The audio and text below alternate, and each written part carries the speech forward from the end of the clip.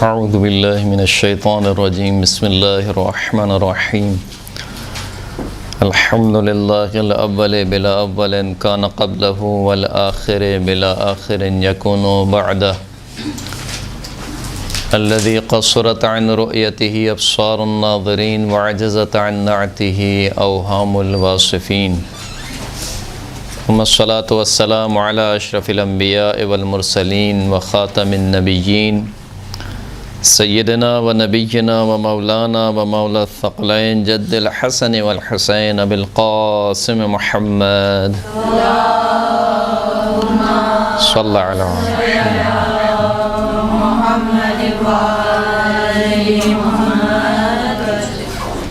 وعلى آله الطيبين الطاهرين المعصومين الذين ذهب الله عنهم الرجس وطهرهم تطهيرا اللهم صل على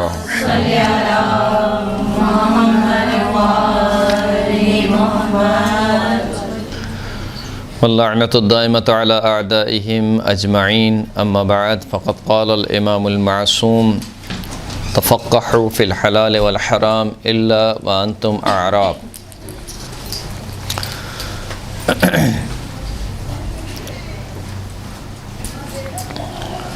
جو مسائل ہم آپ کی خدمت میں پیش کر رہے تھے ان میں سے کفن کے مسائل ہم پڑھ چکے تھے، یعنی محتضر کے احکام، محتضر کے بعد پھر اس کے کفن کے احکام، غسل کے احکام، غسل کے بعد پھر کفن کے احکام. آج ہم پڑھیں گے حنوط کے احکام. قبل اس کے کہ میں باقاعدہ مسائل کو آپ کی خدمت میں پیش کروں، کچھ روایت ہیں جو میں سمجھتا ہوں کہ آپ کے لیے بھی اور میرے لیے بھی مفید ثابت ہوں گی. پانچویں امام محمد باقر علیہ الصلوۃ والسلام ارشاد فرماتے ہیں کہ اللہم صل علی محمد و آل محمد. یہ کام وہ ہیں کہ جس میں عموماً جو ہمارے معاشرے کا طبقہ ہے وہ دور بھاگتا ہے. یعنی آپ سے کہا جائے کہ کسی مومنہ کو غسل دینا ہے، مثال کے طور پر کسی مومنہ کو کفن پہنانا ہے علیہ السلام، یا کسی مومنہ کو مثال کے طور پر حنوط لگانا ہے، تو جو ہمارے معاشرے کا طبقہ اس طریقے سے ہے کہ وہ ان کاموں سے دور بھاگتا ہے، اور ایک ڈر اور ایک خوف بیٹھا ہوا ہے کہ گویا اگر ہم غسل کرائیں گے تو کیا ہو جائے گا، یا مثال کے طور پر کفن کسی کا سیئیں گے یا پہنائیں گے تو کیا ہو جائے گا. سینا تو خیر نہیں ہے، کفن پہنانا، کسی کو پہنائیں گے تو ایسا نہ ہو کہ ہمارے ساتھ کچھ غلط ہو جائے.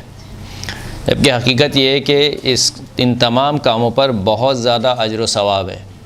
غسل دینے پر، کفن دینے پر، اسی طریقے سے میت کے لیے قبر بنانے پر، میت کو قبر اتارنے پر، میت کے جنازے کے ساتھ چلنے پر، ان تمام کاموں میں شریعت نے بہت زیادہ اجر و ثواب رکھا ہے.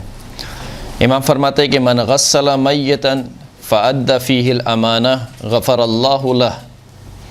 جو شخص بھی کسی میت کو غسل دے اور اس میں امانت کو ادا کرے تو خداوند کریم ایسے شخص کو بخش دیتا ہے، اس کے گناہ کو بخش دیتا ہے. راوی کہتا ہے قلت وکیف یؤدی فیہ الامانہ. راوی کہتا ہے کہ میں نے سوال کیا کہ جو آپ نے ارشاد فرمایا کہ اس میں امانت کو ادا کرے، تو اس میں امانت کو کیسے ادا کرے؟ امام نے فرمایا کہ قال لا یحدث بما یرا. جو کچھ اس نے میت کے جسم سے دیکھا ہے اس کے بارے میں کسی سے گفتگو نہ کرے. خدا نخواستہ یہ لباس ہے جو ہمارے عیوب کو ڈھانپے ہوئے. کوئی بھی عیب اس نے دیکھا ہے، کوئی بھی چیز اس نے دیکھی ہے، اس کے بارے میں کسی سے گفتگو نہ کرے. یعنی جب مرے ہوئے بندے کے عیب کو چھپانے کا ثواب یہ ہے کہ اللہ تمام کے تمام گناہوں کو بخش دیتا ہے، تو آپ سوچئے کہ جو زندہ شخص ہے اس کے عیوب کو چھپانے کا ثواب کتنا ہوگا. اور مومن کی صفت یہ ہے کہ وہ عیوب کو چھپاتا ہے، نہ یہ کہ عیوب کا پرچار کرے. بلکہ اگر کوئی عیب نظر آ جائے، کیونکہ در حقیقت دیکھا جائے تو ہم سب کے سب غیر معصوم ہیں، ہم میں سے کوئی بھی معصوم نہیں ہے. جب کوئی بھی معصوم نہیں ہے تو اس کا مطلب یہ ہے کہ ہر ایک میں کوئی نہ کوئی عیب پایا جاتا ہے. مجھ میں یہ عیب ہے، فلاں میں یہ عیب ہے، تیسرے بندے میں فلاں عیب ہے. بہرحال کوئی نہ کوئی عیب پایا جاتا ہے، تو بجائے اس کے کہ ہم اس کے عیب کو اچھالیں اور اس کے عیب کو لوگوں میں بیان کریں، اگر ہم کسی کے عیب کی پردہ پوشی کریں گے تو خدا ہمارے عیوب کی پردہ پوشی کرے گا، بالخصوص اس وقت کہ جہاں پر محشر کا میدان ہوگا اور نامہ اعمال کو تولا جا رہا ہوگا اور نامہ اعمال کھول کے سامنے رکھا جائے گا۔ آپ سوچئے کہ وہاں پر جہاں پر اولین اور آخرین میں سے ہر ایک جمع ہے، وہاں پر اگر میرے نامہ اعمال کی ویڈیو چلا دی جائے، مثال کے طور پر میری زندگی کی پوری ویڈیو چلا دی جائے، آج اگر ایک ویڈیو وائرل ہو جاتی ہے تو انسان منہ دکھانے کے لائق نہیں رہتا ہے کسی معاشرے میں، چہ جائے کہ پوری کی پوری میری زندگی کی ویڈیو چلا دی جائے وہاں پر کہ یہ مولانا صاحب ماشاءاللہ سے درس دے رہے ہیں، ابا کبا پہنے ہوئے ہیں، ان کی حرکتیں یہ ہیں، تو اس وقت کیا ہوگا؟ اس وقت تو بندہ یہ بھی نہیں کہہ سکتا کہ شرم سے پانی پانی ہو گیا۔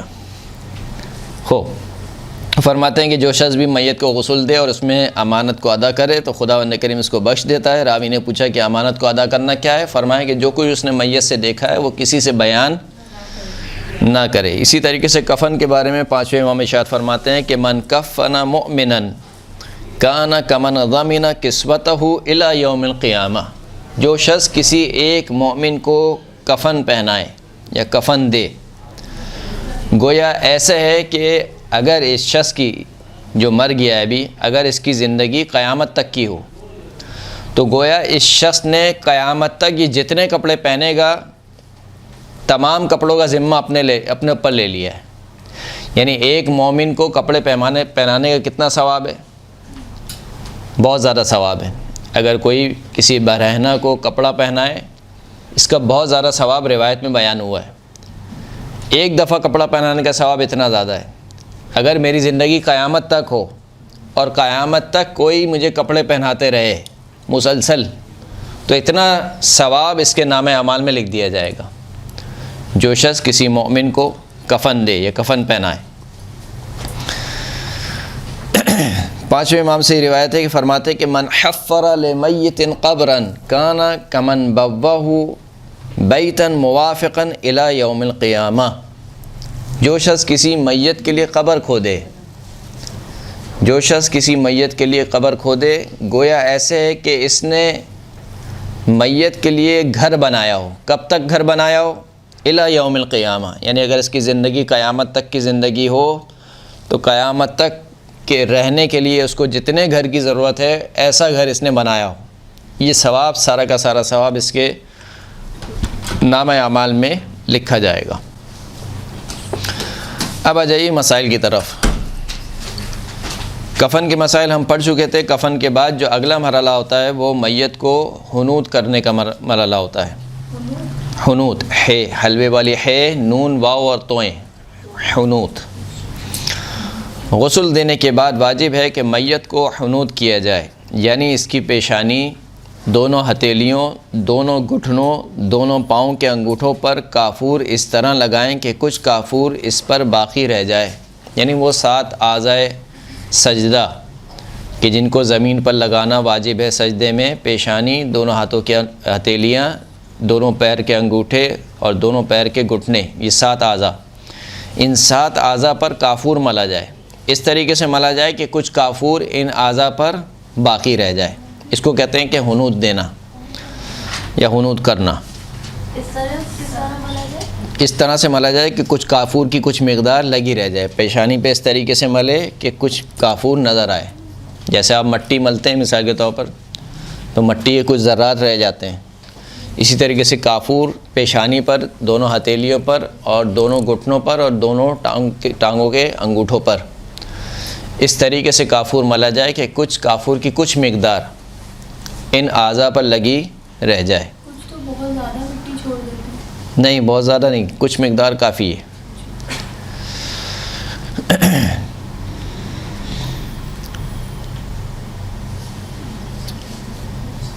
اور مستحب یہ ہے کہ میت کی ناک پر بھی کافور ملا جائے، ناک کے اوپر والا جو حصہ ہے جو کہ مستحب ہے کہ یہ بھی سجدے میں ایسی جگہ پر رکھا جائے کہ جس پر سجدہ کرنا صحیح ہے، استحباب ہے اس کا بھی، تو ناک کے اوپر والے حصے پر بھی کافور ملا جائے۔ اور ضروری ہے کہ کافور پسا ہوا ہو، مباح ہو یعنی غصبی نہ ہو، یا تو خود اس کا مالک ہو یا جو ہے وہ مالک کی اجازت ہو، اور تازہ کافور ہو۔ اگر کافور جو ہے وہ اتنا رکھا ہوا ہے کہ اس میں سے خوشبو ختم ہو گئی ہے کافور میں سے، تو وہ کافور لگانا کافی نہیں ہے۔ ایسا کافور لگانا ہے کہ جو خوشبو والا ہو۔ اگر پرانا ہونے کی وجہ سے اس کی خوشبو زائل ہو گئی ہو تو وہ کافی نہیں ہے۔ اسی طرح ضروری ہے کہ پاک ہو، حتیٰ کہ احتیاط واجب کی بنا پر اگر میت کے بدن کو نجس کرنے کا باعث بھی ہو، حتیٰ کہ احتیاط واجب کی بنا پر اگر میت کے بدن کو نجس کرنے کا باعث نہ بھی ہو، یعنی اگر ایسا کافور ہے جو نجس تو ہے، لیکن آپ کو پتہ ہے کہ نجاست کب دوسرے تک سرایت کرتی ہے؟ جب دونوں میں سے کوئی ایک چیز گیلی ہو۔ لیکن نجس کافور ہے، سوکھا ہے، آپ نے لگا دیا مثال کے طور پر، اگرچہ کہ میت کا بدن نجس نہیں ہوا ہے، لیکن پھر بھی احتیاط واجب کی بنا پر کافور کیا ہونا چاہیے؟ پاک ہونا چاہیے۔ احتیاط مستحب یہ ہے کہ کافور پہلے میت کی پیشانی پر ملا جائے، لیکن دوسرے مقامات پر ملنے میں ترتیب ضروری نہیں ہے۔ یعنی یہ جو 7 اعضاء آپ کو بیان کیے ہیں، ان میں سے کسی کی بھی ترتیب ضروری نہیں ہے۔ آپ مثال کے طور پر شروع کریں انگوٹھے سے، پھر اس کے بعد مثال کے طور پر گھٹنے پہ لگا دیں، پھر اس کے بعد ایک ہتھیلی پہ لگا دیں، پھر پیشانی پہ لگا دیں، پھر دوسری ہتھیلی پہ لگائیں، پھر دوسرے گھٹنے پہ لگائیں، پھر انگوٹھے پہ لگائیں۔ جس ترتیب سے آپ لگانا چاہیں لگا سکتے ہیں، لیکن احتیاط مستحب یہ ہے کہ شروع کہاں سے کیا جائے؟ پیشانی سے۔ پہلے کافور پیشانی پر ملا جائے اور پھر اس کے بعد دیگر اعضاء پر کافور لگایا جائے۔ لیکن یہ بھی احتیاط مستحب ہے۔ احتیاط مستحب میں کیا کرنا ہوتا ہے؟ عمل کرنا چاہیے تو کر لیں، نہ کرنا چاہیے۔ ہاں، احتیاط مستحب میں آپ کی مرضی ہے، آپ چاہے تو عمل کریں، چاہے تو عمل نہ کریں۔ بہتر یہ ہے کہ میت کو کفن پہنانے سے پہلے حنوط کیا جائے، اگرچہ کفن پہنانے کے دوران یا اس کے بعد بھی حنوط کریں تو کوئی حرج نہیں ہے۔ کفن پہنانے سے پہلے آپ نے حنوط کرنا ہے، یہ بہتر ہے۔ لیکن اگر کفن پہناتے ہی آپ اس کو حنوط کر رہے ہیں تب بھی کوئی مسئلہ نہیں ہے، یا آپ نے کفن پہنا دیا ہے، تینوں کفن پہنا دیے اور پھر اس کے بعد آپ حنوط لگائیں گے تب بھی کوئی مسئلے کی بات نہیں ہے، واجب ادا ہو جائے گا۔ اگر کوئی ایسا شخص مر جائے جس نے حج یا عمرے کے لیے احرام باندھ رکھا ہو تو اسے حنوط کرنا جائز نہیں ہے، مگر ان 2 صورتوں میں جن کا ذکر مسئلہ نمبر 542 میں گزر چکا ہے۔ آپ جانتے ہیں کہ جو شخص حج اور عمرہ انجام دیتا ہے، جب وہ احرام پہنتا ہے تو اس کے اوپر خوشبو لگانا حرام ہو جاتی ہے، صحیح ہے؟ تو ایسا حاجی یا ایسا عمرہ انجام دینے والا کہ جس کے اوپر احرام کی وجہ سے یا کسی بھی وجہ سے، جیسے کہ حج میں اگر کوئی شخص وہ منی والے دن قربانی کر لیتا ہے، حلق کر لیتا ہے تو اس کا احرام اتر جاتا ہے، لیکن اس کے باوجود اس کی خوشبو کیا ہے؟ حرام رہتی ہے۔ تو جب تک حاجی پر یا عمرہ انجام دینے والے پر خوشبو لگانا حرام ہے، اس کی میت کو بھی آپ کافور نہیں لگائیں گے، حرام ہے، ہاں نہیں لگائیں گے، اس کے کافور جائز نہیں ہے، حرام نہیں لکھی۔ اس کو حنوط کرنا جائز نہیں ہے۔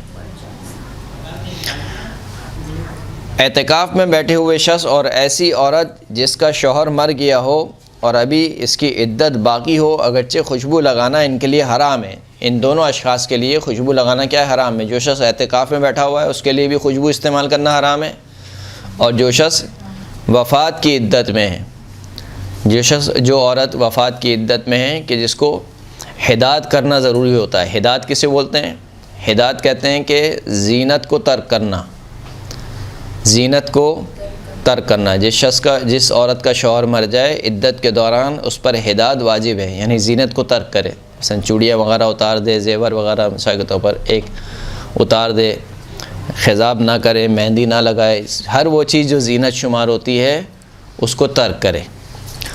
تو ایسی عورت کے جس کا شوہر مر چکا ہے، صحیح ہے، اور عدت کے دوران وہی مر گئی بیچاری صدمے سے، تو جب وہ بھی مر گئی ہے تو کیونکہ اگرچہ کہ اس کے لیے خوشبو لگانا حرام تھا، لیکن آپ اس کو حنوط دیں گے، اس کو حنوط کیا جائے گا۔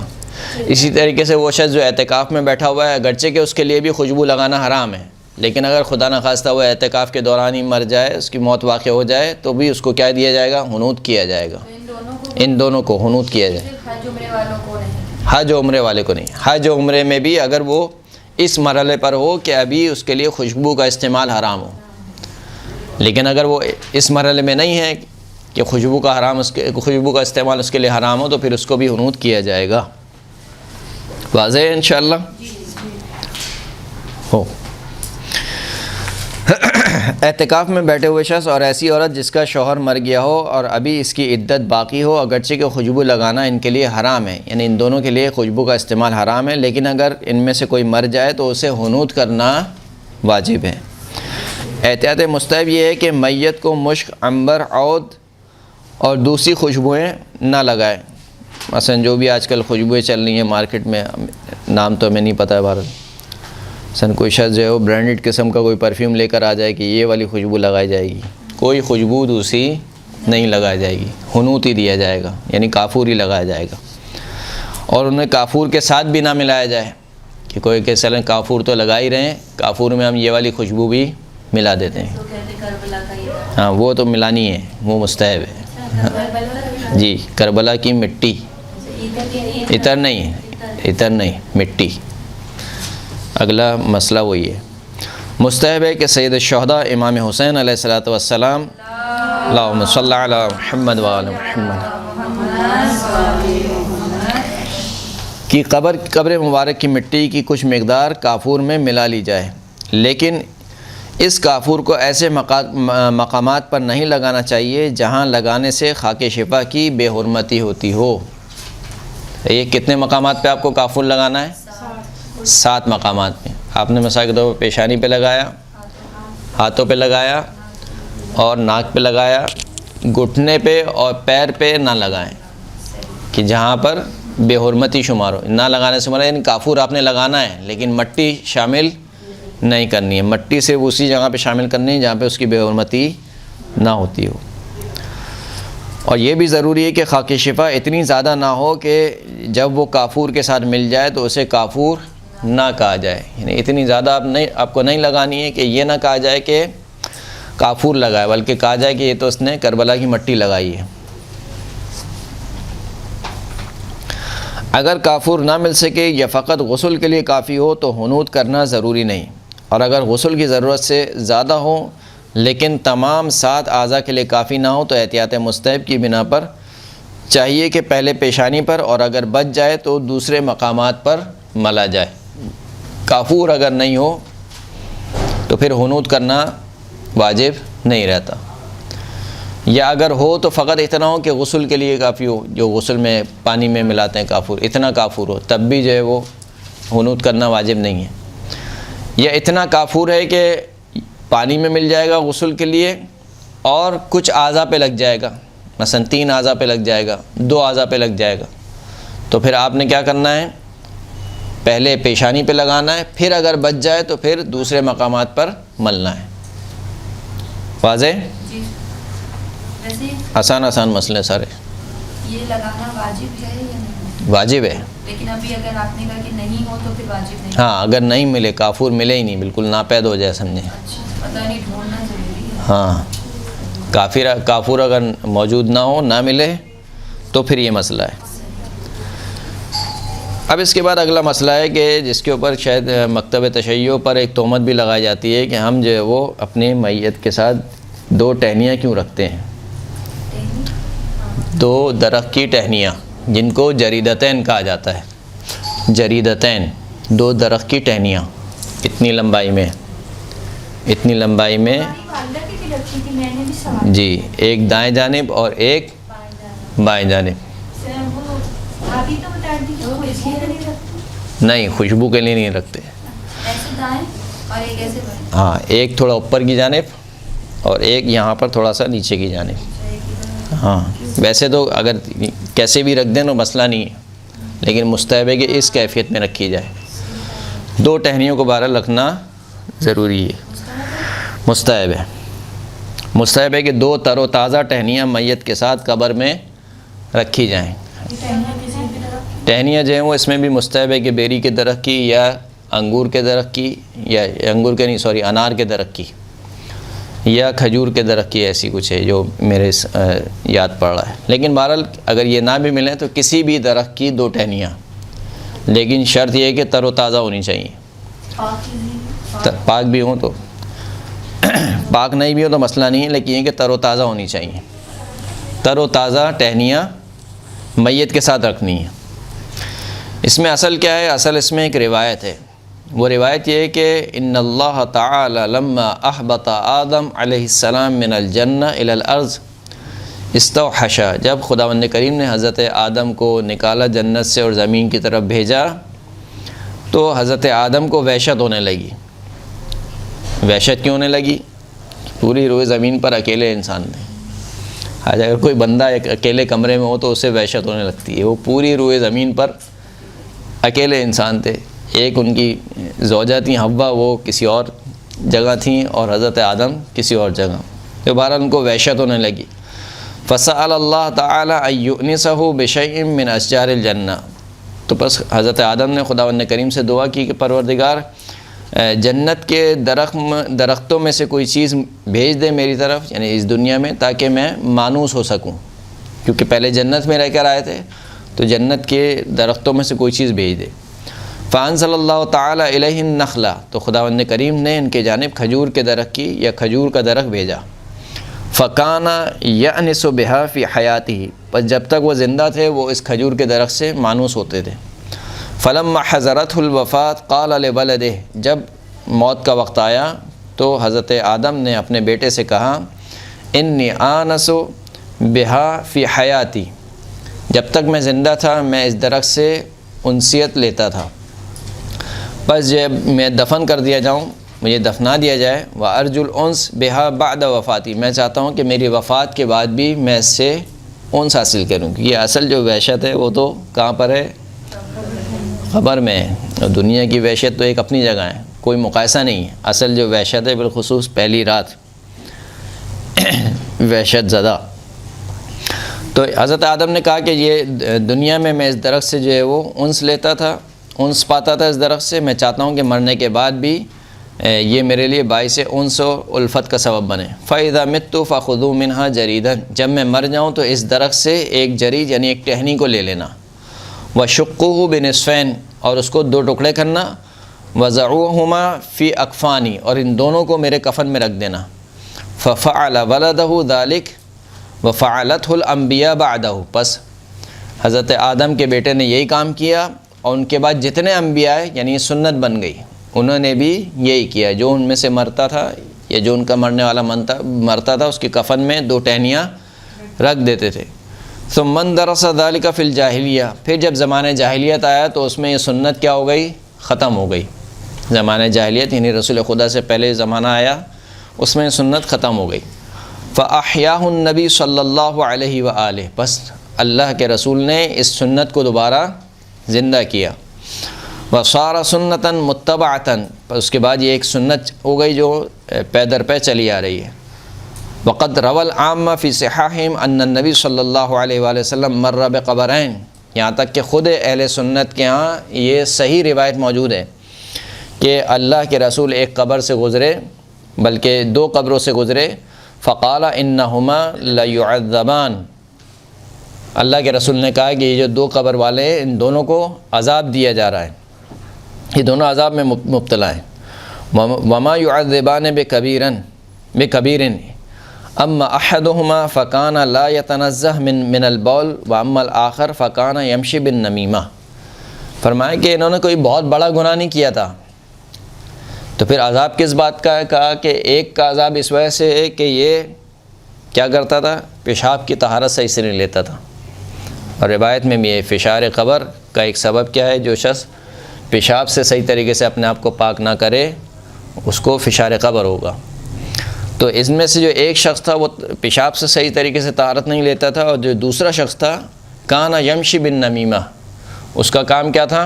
چغل خوری، اس کی چغلی ادھر لگائی، اس کی چغلی ادھر لگائی، ان دونوں کا کام یہ تھا، تو اس وجہ سے ان دونوں کو عذاب ہو رہا ہے۔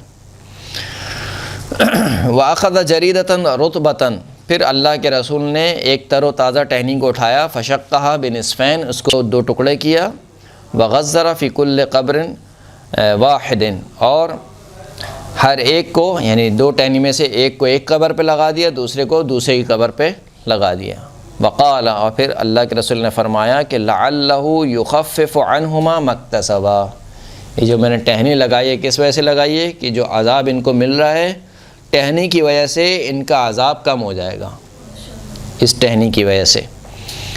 اور یہاں تک کہ روایت موجود ہے کہ چھٹے امام فرماتے ہیں کہ یہ جو ٹہنیاں دو رکھی جاتی ہیں، یہ جو دو ٹہنیاں ہیں، الجریدۃ تنفع المؤمن والکافر، یہ مومن کو بھی فائدہ دیتی ہیں اور کافر کو بھی، یعنی حتیٰ اگر کافر کے کفن میں بھی دو ٹہنیاں رکھ دی جائیں تو اس کو بھی فائدہ دیں گی۔